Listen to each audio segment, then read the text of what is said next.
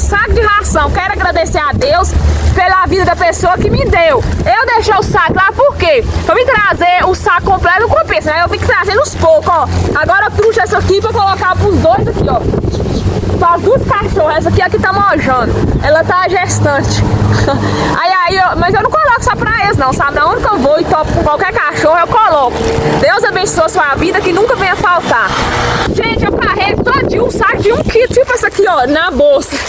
Nós é doida mesmo. Aí, na hora que eu vou e topo um cachorro com fome, eu tô colocando. Não tô nem aí de onde que é. Na hora que eu tô passando, eu tô pondo.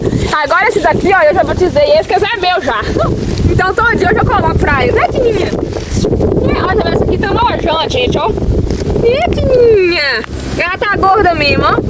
Ah, daqui uns dias ela tá dando a luz. Vamos ver quantos filhotes que ela vai nascer.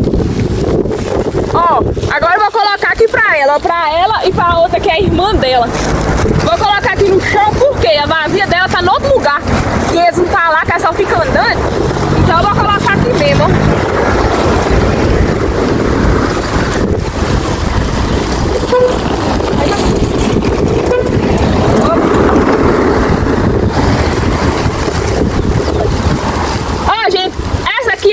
Que é aquela lá, ó. Essa aqui tem um cheiro. Nossa, eu tô quase não resistindo. Essa aqui tem um cheirinho gostoso de carne moída. É melhor do que aquela outra. Graças a Deus. O trem tá dando certo na cachorra.